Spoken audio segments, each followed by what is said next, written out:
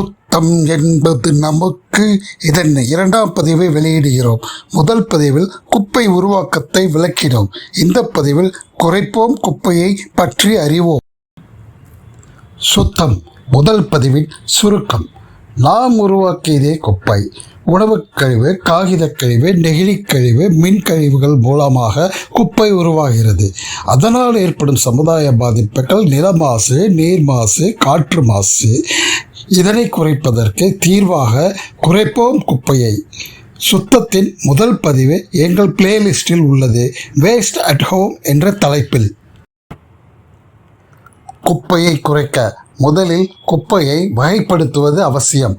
மக்கும் குப்பை. மண்ணில் சிறிது காலத்திலே மக்குவதே மக்கும் குப்பை. அவை உணவுக் கழிவு, காகித கழிவுகள். மக்காத குப்பை. மண்ணில் நீண்ட காலமானாலும் மக்காமல் இருப்பதே மக்காத குப்பையாகும். அவை நெகிழி, பிளாஸ்டிக், மின்கழிவுகளாகும். குப்பையை குறைக்கும் முறை. ரெடியூஸ் என்பது குப்பையை உருவாக்கத்தை குறைப்பது. ரீயூஸ் என்பது குப்பை உருவாகாமல் சில பொருட்களை மறுபயன்பாட்டுக்கு உட்படுத்துவது. ரீசைக்கிள் என்பது மறுசுழற்சி, குப்பையிலிருந்து மறு உற்பத்தி செய்வதாகும். குப்பையை குறைப்பது நமக்கு தேவையில்லை என்பதை மற்ற தேவை உள்ளவர்கள் பயன்படுத்த உதவவும். காய்கறி கழிவுகள், பல வகை கழிவுகளை ஆடு மாடுகள் உண்ண உதவவும். நமக்கு இது குப்பை, அவைகளுக்கு இது உணவாகும். அதுபோல் மாமிச கழிவு, மீன் கழிவுகளை நாய், பூனை உண்ண உதவவும். நமக்கு இது குப்பை, அவைகளுக்கு இது உணவாகும். அதுபோல் உபரி உணவு கழிவுகளை காகம், குருவி, பறவைகள், எறும்புகள் உண்ண உதவவும். அதுபோல் மீதமுள்ள உணவுக் கழிவுகளை நம்மால் பதப்படுத்தி இயற்கை உணவாக மாற்ற இயலும். மறுபயன்பாடு.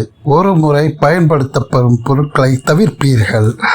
யூஸ் அண்ட் த்ரோக்கு நோ சொல்லுங்கள்.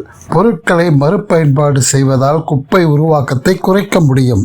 சில மறுபயன்பாட்டு பொருட்கள்: plastic wood spoon, plastic straw, tiffin box metal or plastic, water bottle metal or plastic, metal clips, துணிப்பைகள். அதுபோல் அட்டைப்பெட்டிகள், பால் பாட்டில், மூடி உள்ள டேச்சட் பேக், அனைத்து மெட்டல் வீட்டு உபயோகப் பொருட்கள், காலியான தண்ணீர் பாட்டில்களை சிறு பூந்தொட்டியாக மாற்றலாம். மறுசுழற்சி. காகித கழிவுகள், பழைய பேப்பர், கிழிந்த அட்டைகள், அட்டைப்பெட்டிகளை காகித கூழாக செய்து அதிலிருந்து மீண்டும் காகித பொருட்களை மறு உற்பத்தி செய்வதாகும்.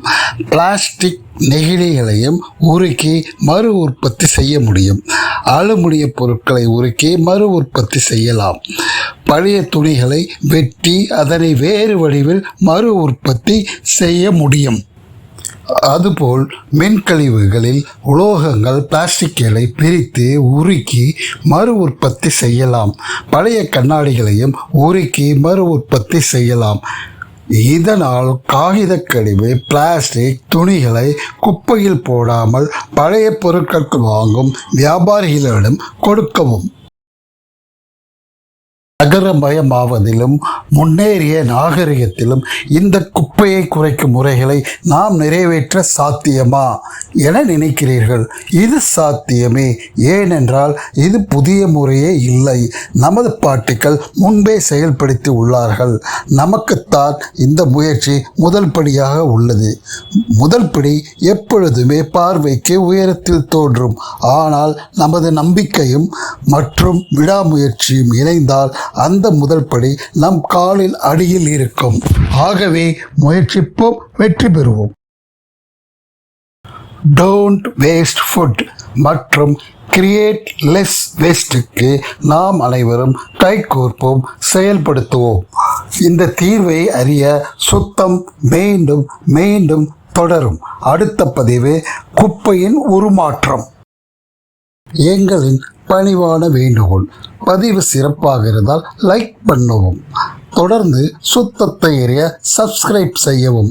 சுத்தத்தை உங்கள் நண்பர்கள், சுற்றங்கள் அறிய ஷேர் பண்ணவும். நிறை குறைகளை கமெண்ட் மூலம் தெரிவிக்கவும். பதிவை படைத்தது ஜூபோ கேர். திரை ஆக்கம் வேல்முருகன். நன்றி.